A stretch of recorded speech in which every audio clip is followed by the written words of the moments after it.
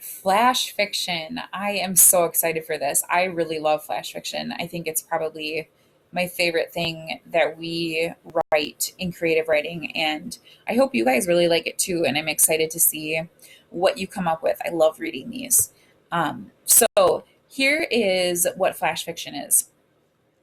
It is a fairly new genre. And so, because of that, there's not a super widely accepted definition of it. It's a style of fictional literature or fiction that's just extremely brief. And so, you have some self described markets for flash fiction that have these caps on how many words you can use. And some of those caps are as low as 300 words, and others of them could be as long as 1,000 words and still be considered to be flash fiction. So there's a lot of discrepancy in there. There are some very defined forms of flash fiction, which we will get into in a little bit. But there's also just kind of a general flash fiction category. So, because of that, sometimes it's easier to just look at what it isn't in order to understand what it is. So, first of all, it's not a vignette. A vignette is a slice of life, it doesn't tell a story all by itself. Instead, flash fiction often contains your classic story elements, specifically setting, character, conflict, and resolution. A vignette isn't going to do that. It's not going to have a beginning, middle, and end. It's not going to have a resolution to a conflict, but a flash fiction will. It's also not a short story. In a traditional short story, you have room in the story to use many, many different literary elements, plot and characterization, and different methods of characterization, and setting, and different things like that. In flash fiction, you have a very limited word length. And because of that, you don't often have the room to really develop very many literary elements. Instead, you really only have room to hint at them or imply some of them in your storyline, in order to keep to your word length limit that you have. So, as I said, there are a few different defined types. First, just as our catch all, there is just flash fiction in general. It's not very specifically defined. Usually, it has a limit of somewhere between 300 and 1,000 words, and it must contain a setting, character, conflict, and resolution. So, you are going to have those main literary elements, and it's going to be between 300 and 1,000 words. That's kind of your general flash fiction. Then there's some more specific types. So one is called a drabble. This is a short work of fiction. It has exactly 100 words. It can't have more, it can't have fewer. It's exactly 100. The purpose is to express interesting, meaningful ideas in a very confined space. When you do something like this, you'll be surprised how quickly 100 words comes up. And so you can't tell a story in the same way that you would if you're writing a longer, like a short story. And so sometimes you end up focusing more on theme or more on just kind of a main idea. You still will have a plot, but it's going to show up in a little bit different way because you just don't have as much space in your word count to be able to develop a normal plot. Next type is 55 fiction. You are limited to exactly 55 words. So that one's even shorter. 55 words comes up very quickly.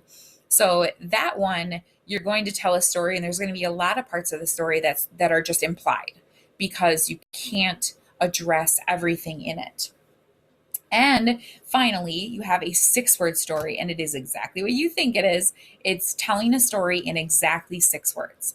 You might immediately argue with me, there's no way you can tell a story in 6 words.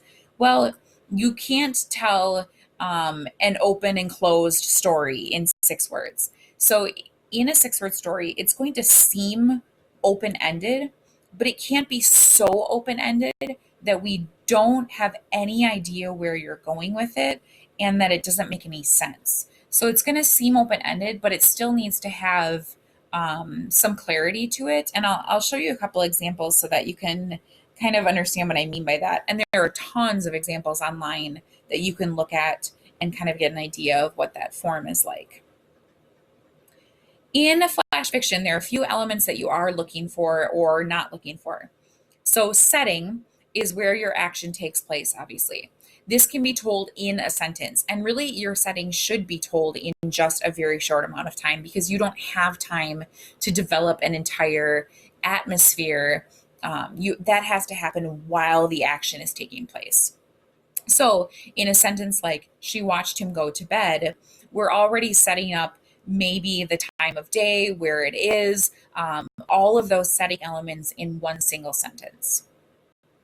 Secondly, usually there's not room for more than two characters, three at most, because if you just throw in a bunch of random characters, we don't have the time in flash fiction to develop background for those characters, personalities for those characters. And so it's easier and it works better if you just focus on one or maybe two characters. Thirdly, often when you have conflict in flash fiction, it's simply a difference of opinion. There's often not a lot of depth to the conflict, or it has to be implied depth in the conflict because you don't have time to develop that conflict. A really good conflict in a short story has so many complications to it and so many elements to it. And in flash fiction, you can't really do that. It's tension more so that keeps the reader reading and wondering what's going to happen. It can be verbal, physical, mental. It doesn't have to be villain, hero, good, bad. So you can kind of experiment with conflict a little bit with these as well. Resolution is very simply the conclusion of your conflict. Small works best in flash fiction.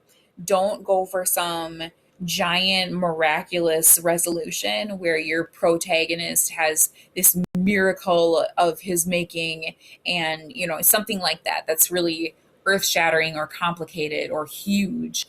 Just go for simple with flash fiction.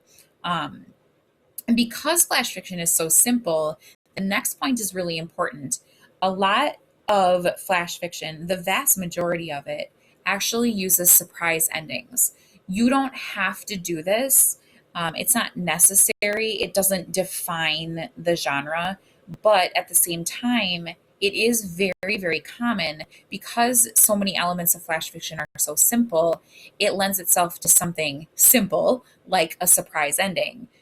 So it is simple to have a surprise ending from a reader's perspective. From a writer's perspective, to craft a story in such a way that it lends itself to a surprise ending is trickier than you think. So keep in mind that when you do a surprise ending, even when you have a twist like that, you don't want to surprise your readers too much. You want to make them think, oh, of course, and just have this really cool aha moment at the end.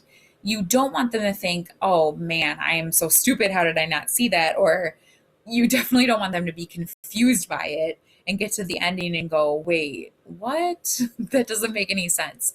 So definitely with these, have some other people read them for you and make sure that they do have the right reaction to the ending. Otherwise, you might need to rework kind of how you lead into that. Some suggestions for writing, because this is an odd type of writing that you probably haven't used before. One of the things that you can do to get something out is to just write as fast as you can.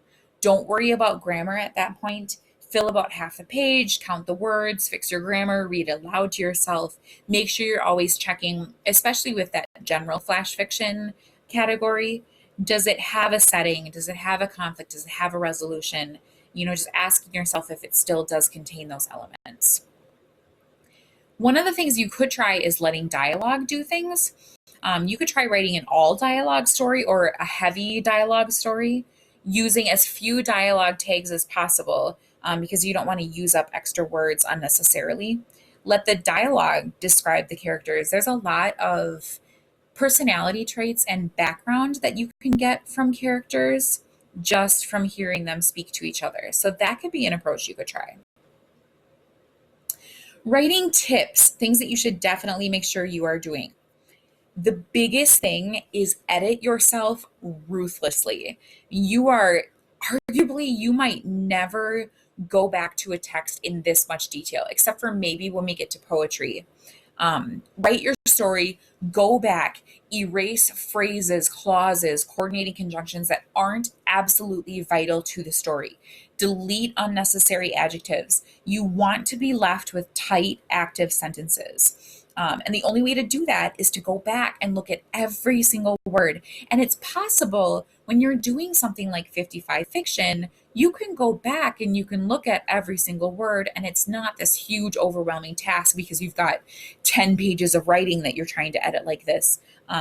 But you only have a few words, and so it's worth it to go back and edit it ruthlessly. You definitely also want to avoid cliche stories, even though, again, the genre of flash fiction is relatively new. There are some cliches already that you definitely want to avoid. The biggest one is having your twist at the end be that it was all just a dream. That happens a lot, and it's very cliche. So definitely don't do that. Things like that are really overused, abused, especially in flash fiction. And when you're done with your story, just end it. It's going to be one of the hardest things about flash fiction because you want to just kind of let it draw out a little bit, but you have to just finish it. And you don't have the luxury of word count to be able to draw it out. So you got to just be done. Here are a couple of very specific writing tips you can try that will help you get to your word count. So something like contractions can work way in your favor because if you're writing, for example, a 55 fiction and you end up with 57 words, you can go through there and you can make a couple of them contractions and voila, you're down to 55 words. Or if you need more words, you can look at it and see if you have any contractions in there and split those contractions out into 2 words, and you'll add to your word count. So that's a really good trick if you're really close to your word count. Use punctuation instead of conjunctions. You'll notice in some of the examples we'll read in a little bit that this is very common in flash fiction to just ignore, especially punctuation and some grammar as well. So, for example, instead of saying she glanced over her shoulder and spotted the clown, you could just put she glanced over her shoulder, comma, spotted the clown.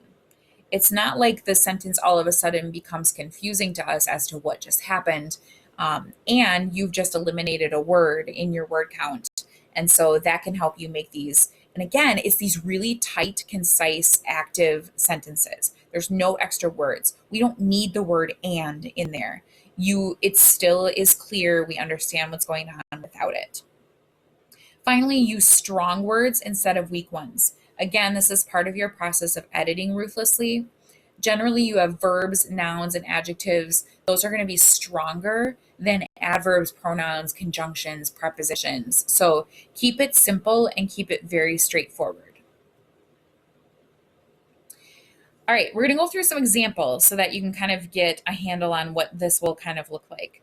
This is argued to be the very first 6-word story ever written. The legend goes that one of Ernest Hemingway's friends told him, "I bet you can't write a story in 6 words."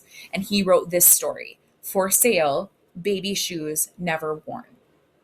So this is what I mean with 6-word stories being open-ended, but not, but still making sense. So it's open-ended because we don't know why. Why were these baby shoes never worn? Was there never a baby? Did something happen to the baby? Who has the baby shoes? Why are they for sale now?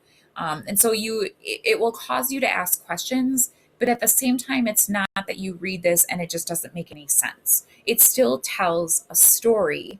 It just doesn't tell a complete story. So that's very, very important in 6-word. And all of you are going to be writing a 6-word story. So you're going to want to be thinking about that. Another 6-word story example: lie detector eyeglasses perfected, civilization collapses. So again, it tells a story, but it doesn't tell a complete story. It's a little bit open-ended, but it's not like it doesn't make any sense. General flash fiction. So this is not a specific, it's not 55 word, it's not Drabble, it's just general. It's very hard to live in a studio apartment in San Jose with a man who's learning to play the violin. That's what she told the police when she